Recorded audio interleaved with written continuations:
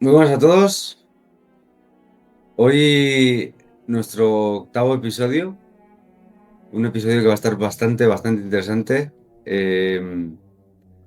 Va a haber sorpresas y bueno, la pregunta del millón. Hermano Wolf, ¿cómo te sientes?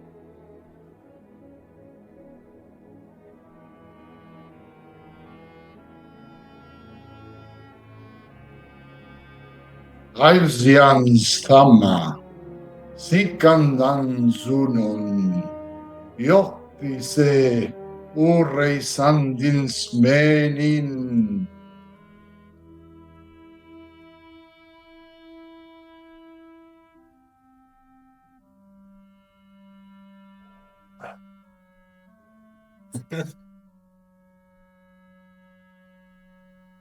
Eh, me he quedado sin palabras. No sé vosotros, pero no me lo esperaba. Eh, bueno, de- mi godo no es muy... es limitado, pero nuestro querido hermano White Wolf acaba de invocar aquí al sol de poniente y a la luna naciente. Así que ya os podéis imaginar cómo viene el vídeo. Sin más, creo que no hace falta más presentación. Dentro vídeo.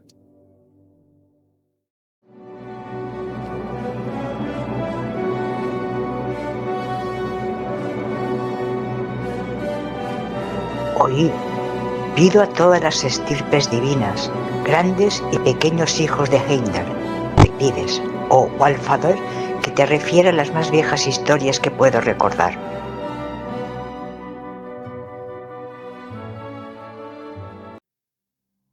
Muy buenas a todos y bienvenidos una vez más a vuestro canal, Círculo Dinista Europeo. Gracias por acompañarnos y por seguir apoyando este espacio que construimos entre todos. En el silencio que precede a toda palabra, en la oscuridad que existía antes de que hubiera forma, en el espacio donde los antiguos escuchaban el eco de lo sagrado. Allí comienza nuestro viaje. Hoy continuamos esta serie dedicada a la cosmogonía nórdico-germánica, no como un simple estudio de mitos, sino como un retorno a la visión espiritual de los pueblos nórdico-germánicos, a su manera de comprender el origen, el orden y el destino del cosmos. A lo largo de esta serie nos adentraremos en los mitos más antiguos conservados en las Edas, en las tradiciones orales de los pueblos germánicos y en la visión del universo que compartían las culturas del norte de Europa. Exploraremos los mundos que sostienen el árbol cósmico, las fuerzas primordiales que dieron forma a la existencia, los seres que habitan entre el hielo, el fuego y la niebla, los ciclos eternos que rigen la vida y la muerte. En este octavo episodio abordaremos uno de los pasajes más densos y simbólicamente cargados de la Gylfaginning, la explicación mítica del movimiento del Sol y de la Luna, su origen y su función, la amenaza constante que pesa sobre ellos, el surgimiento del día y la noche, los secretos que los envuelven. Bienvenidos a esta serie. Hoy, en este octavo capítulo, la marcha del Sol y la Luna y sus perseguidores. Entonces dijo Angleri: ¿cómo se gobierna la marcha del Sol y la Luna? Har dice, hay un hombre llamado Mundilfari, que tuvo 2 hijos. Eran tan bellos y hermosos que llamó a uno Luna y a la hija Sol, y la casó con un hombre llamado Glen. Pero los dioses se irritaron tanto por esta arrogancia que cogieron a los hermanos y los pusieron en el cielo. Hicieron que Sol condujera los caballos que arrastran el carro del Sol, que los dioses habían creado con las chispas que saltaron del Muspel, para iluminar los mundos. Estos caballos se llaman Arvak y Alsvid, y bajo el lomo le colocaron los dioses 2 fuelles para refrescarlos, y en algunos poemas se llaman Isernkol. Luna dirige la marcha de la luna y gobierna la creciente y la menguante. Tomó de la tierra 2 niños llamados Bil y Yuki, que salieron de la fuente llamada Birgir, llevando sobre los hombros una cuba de nombre Saek y una pértiga llamada Simul. Vidfin se llama su padre. Estos niños siguen a la luna como se puede ver desde la Tierra.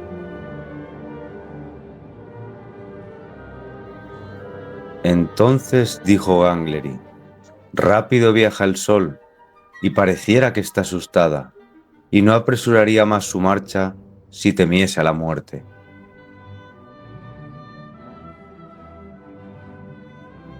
Entonces responde Har: no es extraño que vaya deprisa. Cerca va quien le persigue y no tiene más salida que escapar.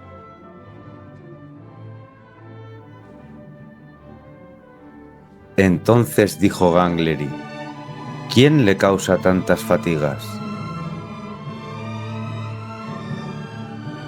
Har dice: hay dos lobos y el que va tras ella se llama Skoll. La asusta y quiere cogerla. Y se llama Hati, hijo de Rothvin, el que corre delante de ella y quiere coger a la luna. Y así habrá de ser. Entonces dijo Gangleri: ¿de qué linaje son los lobos? Har dice: una giganta llamada Geek vive al este de Midgard, en el bosque que llaman Jarnvid. En ese bosque viven hechiceras a las que llaman Jarnvidur. La vieja giganta engendra muchos hijos de gigantes, todos ellos en figura de lobo, y de ahí vienen estos. Y se dice que el más poderoso de ese linaje se llama Managarm. Se alimenta con la vida de todos los hombres que mueren, y tragará a la luna y rociará con su sangre el cielo y todo el aire. De ahí que el sol perderá su brillo, y los vientos estarán intranquilos y rugirán aquí y allá. Bueno, como siempre, otro capítulo más de la mano de nuestro hermano, querido hermano y compañero de aventuras, White Wolf. White Wolf. Nos has dejado un poco de, como se dice, de pasta de boniato a todo el mundo. Creo que es hora de decir cómo te sientes. Porque esto no estaba planeado y yo me he quedado de piedra, vamos. No sé los oyentes, pero me he quedado de piedra. ¿A qué se debe este honor que hemos recibido aquí en el vídeo? Bueno, mi querido hermano Rafen y todos los oyentes, disculparme que, bueno, estoy poseído por el espíritu del Midsummer, porque en breve vamos a celebrar ya la festividad del Midsummer y, bueno, Sí, no me he podido resistir. Te ha salido de dentro. Era necesario. No era yo. Ha sido muy bonito. Pero bueno, hermano Weibot, te sientes entonces pletórico, poseído de una manera maravillosa, ¿no? Me siento espléndido, vamos. Me siento, mira, me siento con el mismo esplendor que tendrá el poderoso sol el día 20. Sábado o 21, no lo sé, corregidme si me equivoco. 20 o 21, sábado a las 21:30 de la noche. En nuestro querido templo de God. Exactamente. Tal y como el sol llega a su cenit, yo creo que llegando al mío también. Se nota. No nos cabe duda. De hecho, bueno, puedo apreciar un par de detalles que sí que vienen a colación un poquito, ¿no? Que detrás de cada uno, y bueno, yo en la camiseta tenemos un símbolo maravilloso, un símbolo poderoso, un símbolo de luz, de esplendor, que bueno, es la rueda solar. Y pues supongo que a los oyentes, que muchos conocerán ya el significado les gustaría, a los que no, y a los que lo conocen, por ampliar un poco de conocimiento, pues si nos pudieras explicar un poquito, así brevemente, qué es, estaría muy bien. Bueno, pues este símbolo es básicamente una rueda solar o una Sonnenrad, que se dice en idioma alemán, ¿verdad? Una rueda solar. La rueda solar es básicamente un símbolo, o sea, el símbolo solar por excelencia, ¿vale? La rueda solar o la maldecida esvástica, ¿no? Bueno, es lo mismo. Es una representación del ciclo del Sol, del movimiento del Sol, ¿vale? Tal y como lo veían los antiguos, ¿vale? O sea, bueno, el hombre desde la antigüedad siempre ha estado observando lo que ocurría a su alrededor, ¿verdad? El movimiento del Sol, los ciclos solares, los ciclos lunares, el cielo, las estrellas, la naturaleza, qué es lo que pasaba, qué es lo que ocurría. Y bueno, pues ellos lo plasmaban a su manera, en símbolos, desarrollaban símbolos que representaban aquello que ellos veían y lo hacían de la manera que ellos lo entendían. Y bueno, el movimiento del Sol, el ciclo del Sol, pues lo plasmaban de varias maneras. Una de ellas, quizá la más famosa, es la rueda solar que tenemos aquí, tanto Grafen como yo. Y otra de las maneras, pues es la esvástica también. Son, bueno, distintos símbolos, pero que vienen a hacer referencia básicamente a lo mismo. Cierto. Un movimiento circular y constante continuo. ¿Vale? Totalmente, tal y como nosotros concebimos el tiempo, como lo hemos dicho ya muchas veces aquí en el canal, de manera circular, los ciclos también, y es un símbolo al final lógico, es un símbolo lógico, no tiene más. Y me gustaría hacer una pregunta a nuestros queridos oyentes y seguidores del canal, si les gustaría que en alguna ocasión hiciéramos un vídeo para, por favor, levantar los estigmas que hay sobre estos símbolos, pues son muy, muy, muy, muy antiguos. Y si os apetece, pues un día podríamos entrar en tema polémico y hablar sobre lo que son y que se entiendan y dejar de tener miedo de utilizarlos. Pues el significado es el que es y podríamos aclararlo. Y no pasa nada por utilizar los símbolos ancestrales. O sea, son además símbolos, como comenta Grafen, que son muy lógicos. O sea, no tienes que romperte la cabeza para desarrollar este símbolo. O sea, no tienes que pegarte un año estudiando para llegar a esa conclusión. ¿Vale? Simplemente un círculo en 4 secciones. No tiene mayor complicación. Y es muy normal que los antiguos llegaran a esta conclusión. Se observaban día tras día, mes tras mes, año tras año, el movimiento del Sol, ¿no? O sea, cuando nace, todo el trayecto hasta que vuelve a morir o hasta que se esconde. Y luego otra vez. ¿Vale? Entonces, claro, ellos veían que era una rotación y decían, coño, pues entonces dibujamos un círculo, Claro, ¿no? O voy a dibujar un cuadrado, un triángulo, ¿no? Un círculo. no tendría sentido. Y lo ponen en 4 secciones. O sea, 4 estaciones. claro, no hay que ser un académico ni nada de eso, ¿no? Y bueno, Pues, los estigmas que ya pueda tener debido a momentos concretos de la historia, no es cosa nuestra. Por decirlo así, a mí qué me importa. Quiero decir, nosotros utilizamos nuestros símbolos sin ningún tipo de complejo. eh, Podemos explicar lo que es sin ningún tipo de problema, como lo estamos haciendo ahora. Y no hay más que hablar. Que Pepito o Manolito lo utilizó para X. bueno, ¿Y a mí qué me estás contando? ¿Qué me importa a mí? pues sí, Yo utilizo mi símbolo solar porque es mi símbolo solar. Y punto. exactamente. Y como este, pues como este símbolo hay más, y si queréis, pues ponerlo en comentarios y hablaremos sobre el tema, sin tapujos, sin temor. sin ningún tipo de complejo, sin ningún tipo de tapujos ni, Sí, ni nada. exacto. Más de uno se puede sorprender. Quizás comience a percibirlo de otra manera. Sí, son símbolos que, bueno, están muy estigmatizados y la gente tiene como miedo a utilizarlos porque puede venir el lobo y se los puede comer, pero nosotros los utilizamos y no. ¿A ti te ha pasado algo, hermano Grafen? No, A mí todavía no ha venido el lobo y me ha comido.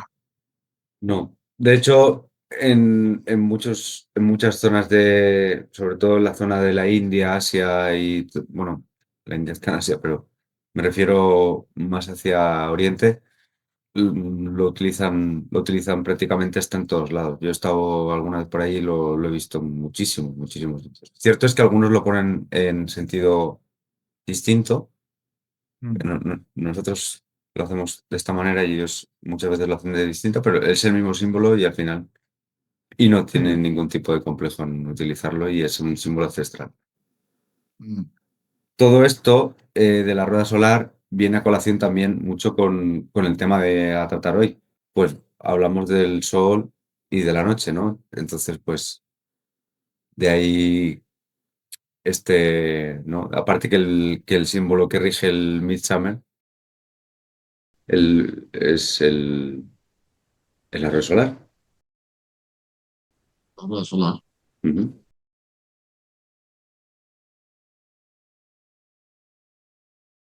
Bueno, es costumbre para los practicantes del paganismo germánico nórdico, o nórdico germánico, tanto en Yule, que es el solsticio, bueno, es la festividad en torno al solsticio de invierno,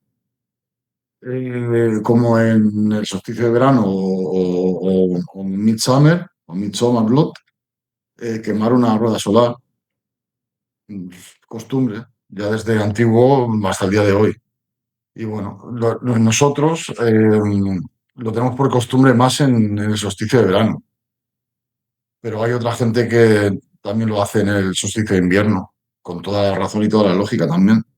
Claro, Nosotros porque hemos tomado por costumbre el quemarla en el Midsummer. y es un rito digno de ver, lleno de potencia, de fuego. Bueno, no vamos a decir nada porque quizás este vídeo lo vea alguien en otra época. Nosotros lo celebramos cada solsticio de verano. El 2021, según como caiga más o menos, pues siempre hay. No falla, en el templo de God, nuestro maravilloso templo. Efectivamente. Así que bueno, después de este inciso curioso, si te parece, podemos ya comenzar bueno, a desglosar lo que hemos escuchado del pasaje de las Edas de nuestro querido y vilipendiado señor Snorri. Y bueno, este fragmento tiene bastante tema a desglosar. Tiene mucha cosa así muy condensada. Entonces, en el capítulo anterior, y creo que es una muy buena idea, hicimos primero la etimología. Si te parece, podemos seguir la misma dinámica y nos desvelas qué hay detrás de cada nombre que aparece en el fragmento. ¿Te parece? Por supuesto, claro. Para eso Gracias. estamos. Vamos a ver. En primer lugar, aparece el nombre de Mundilfari. El Mundilfari es un nombre que tiene una etimología dudosa. Posiblemente signifique el que se mueve según tiempos particulares. Vamos a ver, el que se mueve según tiempos particulares. El que se mueve según tiempos particulares, es posible que esta expresión haga alusión a los ciclos lunares. El ciclo lunar es un movimiento según tiempos particulares. Tiene pues la luna, luna creciente, luna llena, luna menguante. En este caso, eh, yo aquí apelaría a mi querido hermano Grafen, que él es el que controla más del tema de los ciclos lunares. Yo, bueno, siempre tengo que echar o mano de él o mirármelo porque no lo tengo muy fresco. Pero si nos quieres comentar un poquito cómo nos hacen los ciclos de la luna. A ver, los ciclos de la luna prácticamente los conocemos todos en cuanto a luna llena, luna nueva, luna menguante, menguante gibosa, en fin, hay varios ciclos. Los ciclos de la luna, pues, de alguna manera afectan a a todo el planeta. Recordemos que sin la luna no habría vida, pues la luna mueve las mareas. De hecho, la luna en un tiempo estuvo muy cerca de la Tierra y aquí también hay una separación, ¿no? En la historia luego lo comentaremos.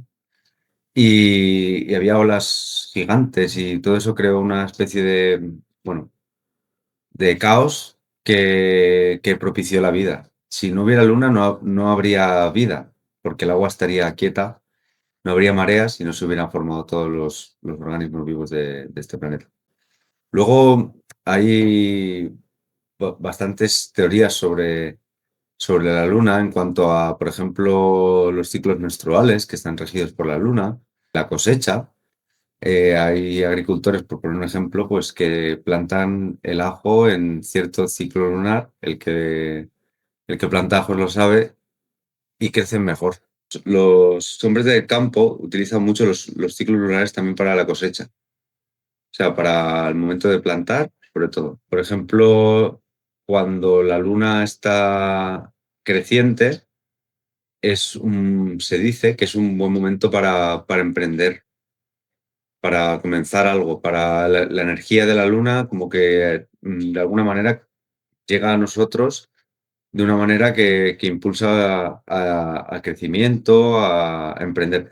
También, por contra, en los hospitales se dice que cuando más personas que tienen algún tipo de crisis psicológica, pues en los días de luna llena suele ocurrir. Es un poder que a veces es bueno y a veces es descontrolado. También incluso los nacimientos esto lo podéis preguntar en cualquier hospital.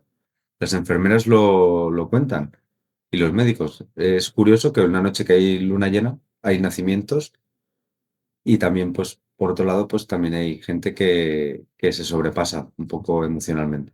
Podría seguir y seguir, porque las mareas, en fin, sería un tema muy extenso, pero creo que hay que tener conciencia de que la luna tiene un poder que es impresionante y que tanto nuestra religión como la ciencia sí lo afirman. O sea, aquí no hay una división, es algo que es así. Hay ciertas cosas que son mostradas de una manera más mágica, que a lo mejor la ciencia pues, no lo admite porque no lo entiende, pero sí que va muy, muy, muy a la par. Y luego los momentos de luna desde la luna nueva, que es que no hay luna, vuelve otra vez a la energía baja y es un momento ideal pues para la introspección. Para introspección y para quizás también hacer algo que no quieres que se sepa. No tiene por qué ser algo perjudicial, pero bueno, ahí lo dejo. Es un buen momento. Bajo la no luz de la noche se abre camino a las argucias, a todo este tipo de cosas. Y pues eso, nos podríamos extender, pero el capítulo de hoy da para mucho y no podemos perder mucho tiempo. Pero vamos, la luna es un mundo. Es un mundo y tú, de hecho, White Wolf, creo que muchas veces te ves afectado por ello bastante, ¿no? Notas bastante el poder de la luna, por lo que hemos hablado muchas, bueno, nosotros sabéis que somos Sí, hermanos y sí. ya hablamos mucho de ello. Yo me siento afectado por la luna casi siempre justo antes de que llegue luna llena. En luna llena ya estoy bien, Pero nada, el día anterior o 2 días antes, me, Sí. me gira un poco todo. Mm. Sí, sobre todo eso, un par de días o un día antes de luna llena. Cuando llega Acá ya la luna llena, ya se me pasa, ya estoy bien. Pero sí, sí, me turba bastante, sí. son un par de días, al final. Sí.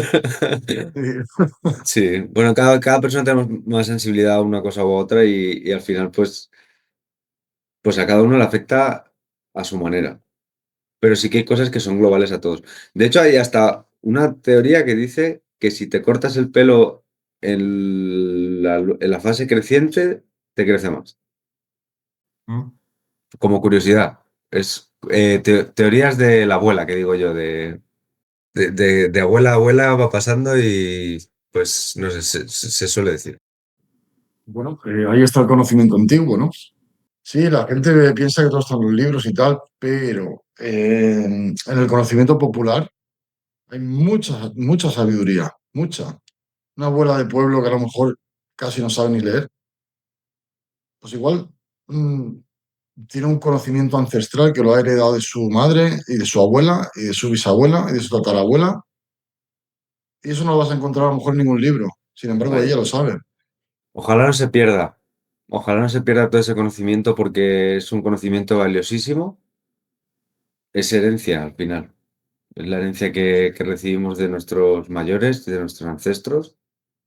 Sí, Y funciona. Los remedios de la abuela, ¿quién dice que no funciona? ¿Quién tiene una abuela que no tenga un remedio que funciona? totalmente, totalmente.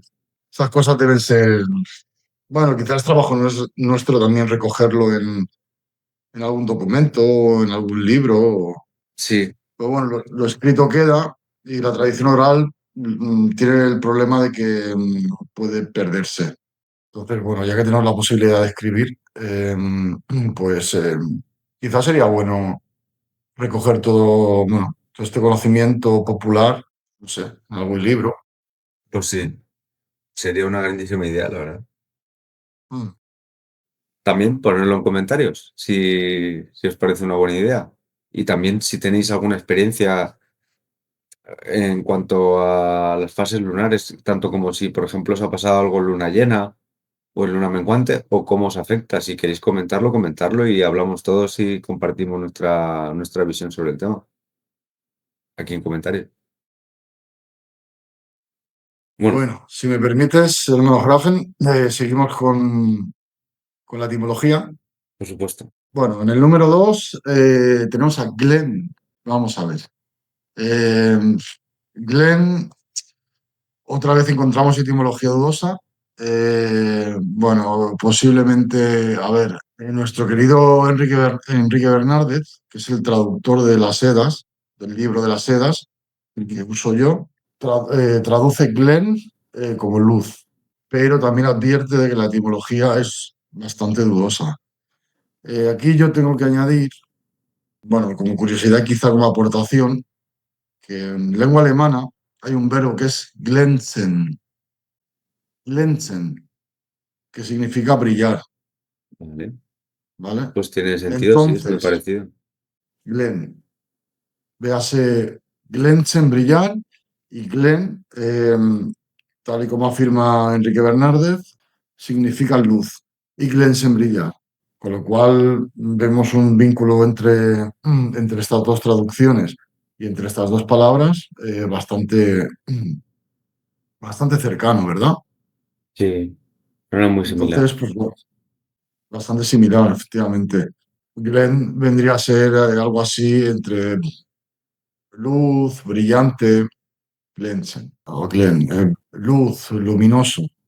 Entonces, vamos a por la tercera, a por las terceras palabras, los terceros nombres, que son Arvak y Alsvid. Son los caballos que tiran del carro de Suna o Sol, madrugador y muy veloz, respectivamente. Es decir, Arvak significa madrugador y Alsvid muy veloz. Estos dos nombres de los corceles que tiran del carro de Suna hacen referencia pues a lo que es el sol, ¿no? Sol, ¿cuándo sale el sol? Pronto, por la mañana, ¿verdad? Sí. El sol es madrugador, ¿no? Sale prontito.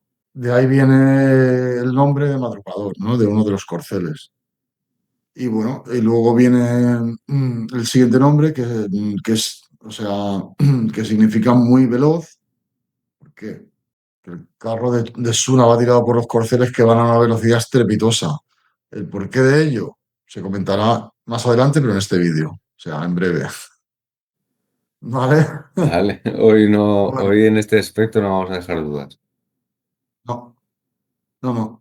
En cuarto lugar, tenemos el nombre de Isankol. Isankol. ¿Qué significa? Significa fuelles de hierro. Fuelles de soplar. Sí, el típico fuelle de chimenea para avivar el fuego. Sí, efectivamente. Curioso. Fuelles de hierro. ¿Por qué fuelles de hierro? Porque según en el texto que hemos leído al principio del capítulo, es tanto el poder solar, el calor que desprende el sol, que los caballos necesitan refresco para no arder vivos. Por lo tanto, según relata Snorri, pues los dioses colocan unos fuelles de hierro para que los caballos no salgan ardiendo. Y no hay nada más que decir. En el quinto lugar tenemos Bil y Yuki. Yuki. Bil significa instante.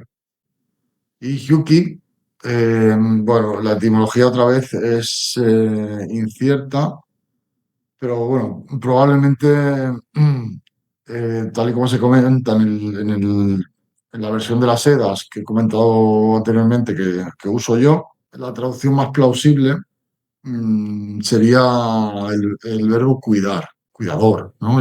Yuki, como el cuidador. Bueno, estos, según el texto de las Edas, son dos niños que bueno, están recogiendo agua en una fuente y llega Mani, el dios de la luna, y los coge y los usa de sirvientes. Pues, ahí está el verbo, o sea, yuki, ¿no? Que viene del verbo cuidar, tal y como se afirma en el libro de Sedas que uso yo. Cuidar de cuidador de sirviente, ¿no?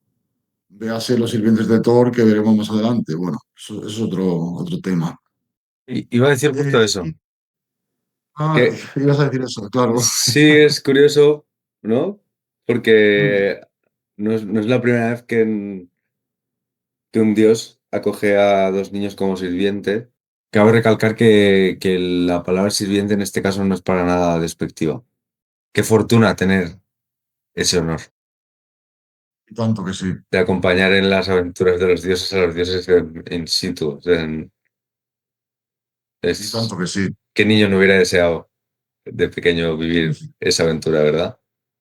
Y qué mayor, Y no lo desea. mayor también, sí, sí, cierto, también. Cierto, Eh, cierto.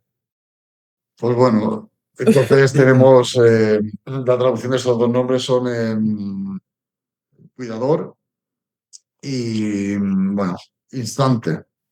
Bill es instante. Supongo que apelará o hará referencia a la rapidez, ¿no? Pasamos al séptimo, Saek. Saek. Bueno, Saek tradúzcase como lluvia o ruido o incluso mar. Son tres palabras totalmente distintas entre ellas. Pero tanto una como la otra hacen referencia a, bueno, véase que estos niños van a coger agua de la fuente, pues llevan como una pértiga, ¿vale? Con cubos colgando. Tú vas caminando con la pértiga con cubos colgando y ahí llevas agua, lluvia, ¿no? Hace ruido, ¿vale? Y bueno, mar también está relacionado, ¿no? Usa estas palabras para un poco para describir la situación. Otra vez, qué maravilla, ¿no? La etimología de las palabras, lo reveladora que es y lo bien que se utiliza en nuestra mitología, ¿verdad? Dentro de la Sí, simpleza que tiene, porque cuando lo desglosas, entiendes perfectamente, salvo algunas etimologías son más dudosas o más complejas, pero es una simpleza muy bonita a mi entender. Lo acabas de describir pues como algo supernatural, los niños con la pértiga, el agua, es Sí, súper gráfico y yo estoy disfrutando mucho de este aprendizaje. Espero que vosotros también. la verdad que la seda se usa el lenguaje con gran maestría, ¿eh? Con gran maestría.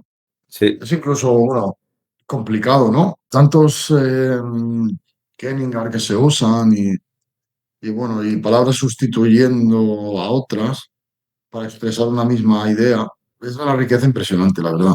Que es para desglosarlo porque si no, aparte de que si no nos entiende, es que es bonito también ver sí, cómo se utiliza este tipo de lenguaje en la literatura, ¿no? sí. Muy poético, muy alegórico, metafórico, como quieras llamarlo. Es Exactamente. una maravilla. Puesto número 8 tenemos otro nombre, que es Bitfin. Bitfin es el padre de estos niños. La palabra es simplemente el nombre del padre. No, no hay ninguna traducción hasta donde yo sé de esta palabra. Un nombre. Eh, Quede como el nombre del padre de estos niños, Bitfin. Luego en el puesto número 9 tenemos a Skoll, pero no Skoll de brindar, Skoll. No es lo mismo que SK, la A con el circulito arriba y la L. Es el Skoll de brindar. Que bueno, ya comentaremos otro momento de dónde viene. Skoll, con O y dos Ls. ¿Vale? Es el nombre de uno de los lobos. No adelanto. Y significa claramente traición o enemigo. Y luego en el puesto número 10 tenemos a Hati. ¿Qué es Hati? Es otro lobo más. Y significa literalmente el que odia, el odiador, ¿no? Si nos vamos al inglés, ¿qué significa? O sea, ¿cómo se diría odio? ¿Cuál es la palabra para odio? Hate, Hate. Entonces, si comparamos hate con Hati, ¿eh? sí. Encontramos directamente una similitud muy clara, ¿no? En alemán sería Hass, pero bueno, véase más clara la comparativa con la palabra en lengua inglesa, ¿no? Hate, odio, Hati, el que odia, ¿vale? Hati, hate. La verdad que muy revelador, Sí, bastante. ¿verdad? Mm. Bueno, dicho esto, pasamos al puesto número 11 y encontramos la palabra Rothwindnir. Rothwindnir. Y significa lobo famoso, lobo famoso. Y no hay más que decir por el momento. Y en el puesto número 12 tenemos a Geek. Sobre Geek, la etimología es desconocida. No es dudosa, sino desconocida directamente. No podemos decir más sobre esta palabra, sobre este nombre, que es el nombre de la giganta que vivía al este de Yarnvik, que ahora enseguida comentaremos lo que es. Nos vamos al puesto número 13, donde aparece el nombre Yarnvik, que es lo que acabamos de comentar, y significa directamente bosque de acero. Véase el prefijo yarn, que significa acero. Hay algo de conexión. En el puesto 14 tenemos a Managarm. Managarm. Aquí más de un oyente le sonará el nombre de Managarm, ¿no? Lobo horrible, ¿no? Terrible. Pues sin embargo, no, no es tan clara la cosa. O sea, Managarm significa lobo de luna. O Khan de luna, ¿no? Un perro monstruoso, un lobo, ¿no? Si nos vamos al sufijo, mana, mana viene de Mani, y Mani es el dios de la luna. Garm, bueno, más de algún oyente conocerá el perro que guarda las puertas de Hel, que es Garm. Gan es perro, pero no es un perrito, un caniche, no, no. Hace referencia a un perro monstruoso, ¿vale? Que lo ves y dices, madre mía. Digamos, según la gramática del nórdico antiguo, para unir una palabra con la otra en una palabra conjunta, se utiliza la A, ¿vale? Entonces no sería Manigan, sino Managan. Otra vez podemos hacer otro paralelismo con otros mitos indoeuropeos que no son los mismos, como siempre decimos, son parecidos, pero son indoeuropeos, del cancerbero. El cancerbero es el guardián de las puertas del hogar de Hades, ¿cómo le llaman? Ay, se me ha ido el Inframundo, fantasma. ¿no? Del inframundo, exacto. Hay un cancerbero que también es un perro terrible con 3 cabezas pero es un perro, es curioso. Sí. Y las puertas del Hel, que el Hel no es igual que el inframundo, porque no es el mismo concepto.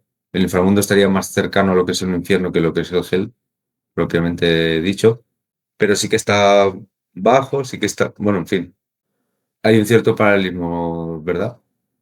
Sí, bueno, es que los mitos perdón, los mitos de los distintos cultos indoeuropeos, como bien comenta Frazen, no son los mismos, pero están interconectados. Entonces, siempre se encuentran similitudes entre unos y otros. Son iguales, pero hay cosas que te resuenan. Dices, hostias, me suena, ¿no? A un mito griego, me suena a un mito védico, Sí, ¿vale? Aunque no es el mismo, obviamente, pero están interconectados porque la raíz es común. O sea, la raíz originaria es común. Básicamente por eso. Managar, lobo de luna. Y en el puesto 15, pues Mani, luna, básicamente. Mani, en inglés, moon, en alemán, Mond. El paralelismo es claro y la etimología es clara, en este caso. Y en el puesto número 16, pues tenemos Sol. ¿Tiene alguien alguna duda de qué significa Sol? pues Válgame la redundancia, lo dudo. creo que, Vale, pues que la Sol es etimología Sol. es clara. Entonces Sol es Sol. Y en nórdico antiguo también era Sol. O sea, no hay absolutamente ninguna diferencia. Y en Qué curioso. protogermánico encontramos el nombre de Sowilu. ¿Os suena Sowilu a más de uno? Sowilu, la runa Sowilu, la Claro. runa del sol, Maravillosa runa. efectivamente. O otra forma, muy parecida también, Saewulu. O una forma más, Sauli. Sol Sowilu, Saewulu, Sauli. Ujú. Es lo mismo. El lenguaje protogermánico va sufriendo cambios, cambios, cambios, cambios, hasta finalizar en el nórdico antiguo. No finaliza porque sigue evolucionando hasta nuestros días, pero se van viendo con el paso del tiempo las modificaciones de las palabras, de los nombres. Hasta aquí la lista de etimología de las palabras.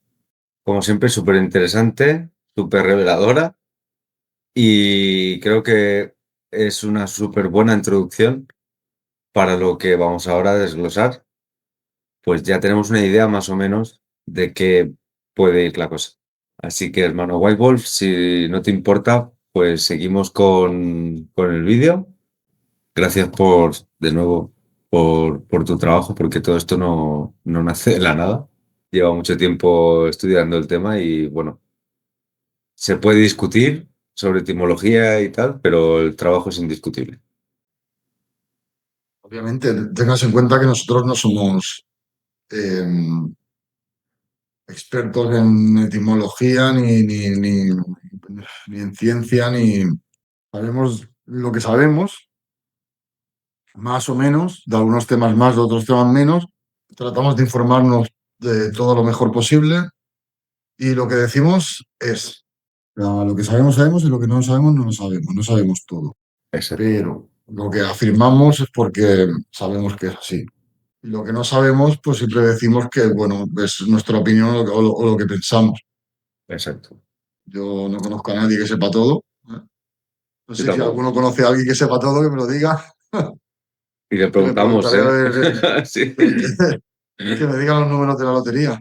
Exacto, sí. Bueno, con que nos diga ya la etimología que queda dudosa o no sabemos, ya yo creo que la lotería está bien también, pero bueno, al menos Ya sería un paso. ya sería un paso.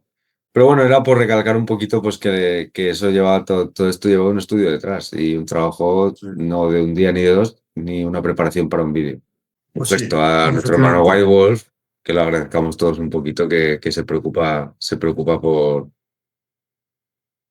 esclarecer este tipo de temas. Y un placer. También quería comentar una cosa, si te parece, Grafen, un Por supuesto. poco sobre el Suna o Sol y Mani, también relacionada en parte con la etimología, bueno, en parte, buena parte con la etimología, que no lo he comentado antes. Bueno, como ya vamos a empezar a un poco a ir un poquito más allá, vamos a ver. Tengo que tener en cuenta, como comento en otros vídeos, que una cosa es la religiosidad y otra la literatura. Esto es muy importante tener en cuenta. Lo iré repitiendo en más vídeos. También aquí estamos desglosando únicamente la edad prosaica. Cuando hagamos una serie sobre la edad poética, se verán contradicciones entre la edad prosaica y la edad poética. ¿Cuál está en lo cierto? No lo sabemos. Pero tampoco es demasiado importante, porque lo importante es el concepto religioso. ¿Cuál es el concepto religioso? El sol y la luna, Suna o Sol y Mani, son hermanos. Uno, son totalmente distintos.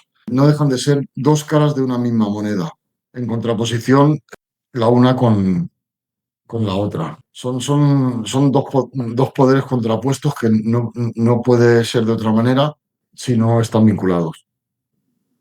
Están vinculados por fuerza el uno al otro, pero aún así son poderes contrapuestos. Y bueno, entonces es bastante curioso que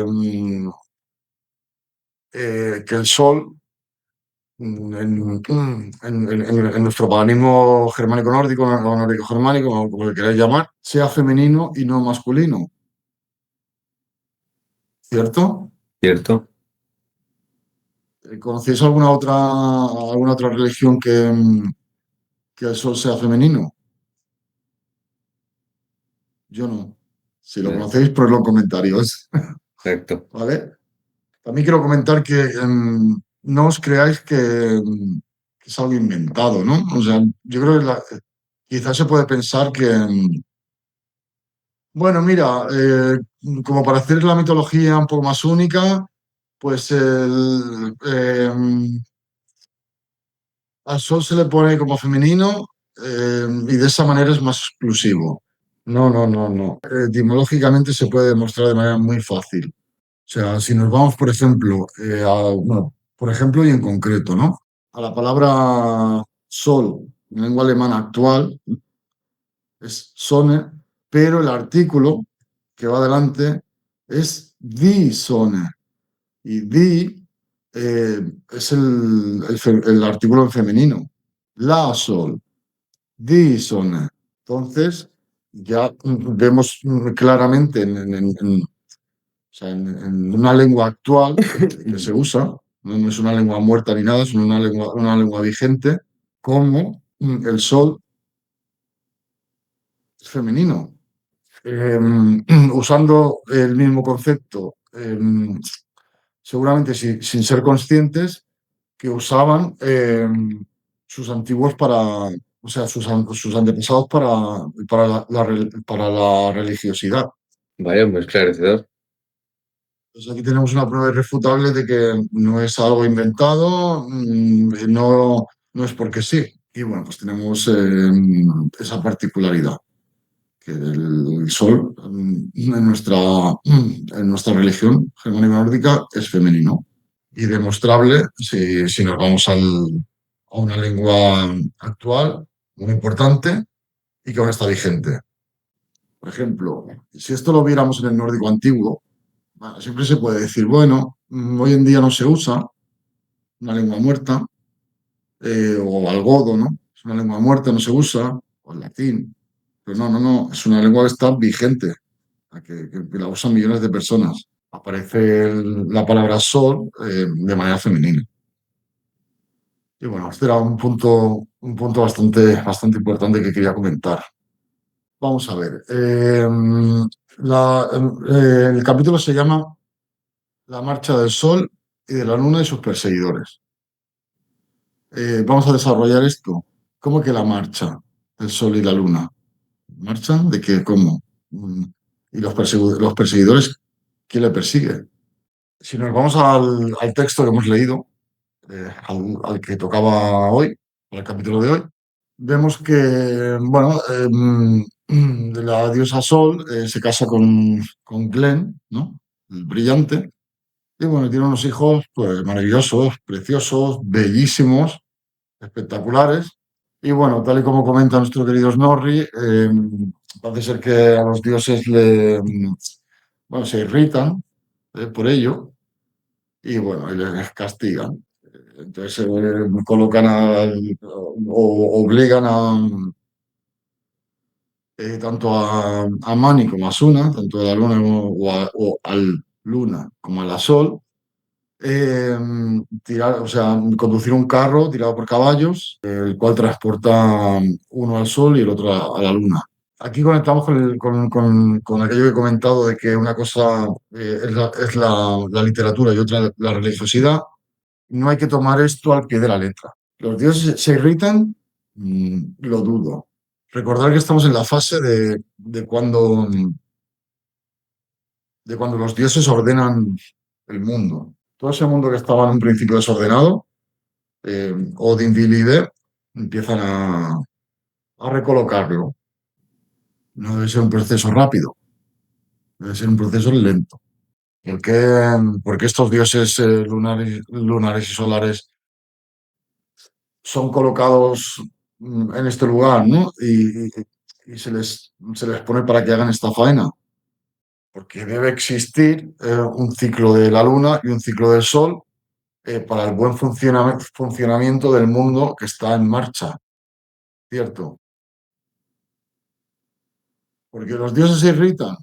Bueno, esto dejémoslo para la literatura, pero para la religiosidad, lo que sí que es cierto es que el sol y la luna son dos poderes inmensos e imprescindibles para la vida. Esos ciclos han de existir, si no, no sería posible la vida que tenemos a día de hoy. Lo que quieres decir que hay un propósito más allá que una pura irritación y un cabreo de unos dioses, ¿no? Y quizás volvemos otra vez a lo mismo, de la perspectiva de la que está escrita la Edda, que es desde la perspectiva monoteísta, abrámica, cristiana en este caso, en el que Dios pues se irrita muchas veces y castiga y en este caso pues yo también estoy de acuerdo contigo en que es un término poco acertado, porque están puestos ahí de una manera deliberada, pero no creo que por un cabreo, sino por una necesidad. Por una necesidad para ordenar, como bien dices, porque estamos hablando del orden del cosmos. Claro. Y algo no se ordena por un acto de cabreo, ira o... No, no tiene sentido. Ahí estoy totalmente de acuerdo contigo, que huevo. Esto es bueno, iba a decir un concepto, pero no, esto es simplemente mm, algo literario. Claro. No. ¿Qué sentido puede tener? No tiene ningún sentido. Ay, me cabreo y pongo el sol ahí, castigado, venga, para que des vueltas. No. Si lo pones ahí para que des vueltas, para que empiece con los ciclos, el sol con los ciclos solares y la luna con los ciclos lunares, es con un objetivo. Tú estás ordenando un mundo que estaba desordenado. Entonces, en este mundo hace falta un sol, o sea, hace falta alguien que mueva el sol, hace falta que los ciclos solares se activen para el buen funcionamiento del mundo. Es todo un engranaje, todos los factores, todos los elementos que componen el mundo funcionan como una máquina y hacen que el mundo funcione bien. Entonces, el objetivo, ¿no? O sea, por eso ven nuestra religiosidad son tan importantes tanto el sol como la luna. Son elementos imprescindibles. No se puede prescindir de ellos. Fuentes de vida, elementales. Pues, le rendimos culto, vamos, pero de manera brutal. Súper importante para nosotros. Quizás lo tenemos tan integrado porque nos despertamos, vemos al sol, nos acostamos, vemos la luna y no nos lo vemos tanto que a lo mejor no prestamos la atención que es debido a algo tan cotidiano, pero a la vez tan importante. No por ser Sí, cotidiano deja de tener su importancia y nosotros sí que se la damos y como dices, de manera fuerte, de manera muy claro, fuerte. claro. Entonces eso siempre tenemos que tener en cuenta el distinguir la literatura, saber separar pues, la paja del grano, como digo siempre, bueno, como decimos siempre, y no creerse todo a pie de juntillas y bueno, tener en cuenta que también la literatura tiene un objeto, que es entretener al lector. Si tu lectura no entretiene al lector, has fracasado como escritor. Si uno coge un libro y dice, uff, no me gusta, lo cierras, entonces pues ese libro no te lo va a comprar ni nadie, ¿no? Entonces, pues eso, y Snorri pues, era un escritor y quería que sus libros los leyera gente. Muy bien hizo en recoger de todos los mitos y plasmarlos en su libro, en sus libros, pero tener en cuenta que la religiosidad muchas veces no va de la mano con la literatura. Puede ser un chasco para la gente quizá, pero esto es una religión. No, aunque, aunque usamos y nos basamos y obviamente no hay que quitarle valor a la literatura porque en ella se recogen o sea, todos nuestros mitos conocidos, pero tampoco tomarse al pie de la letra, ¿no? Hay que un poco investigar, pensar, descifrar, profundizar. Y luego, pues bueno, al tener claro todo eso ya desarrollarlo de manera práctica.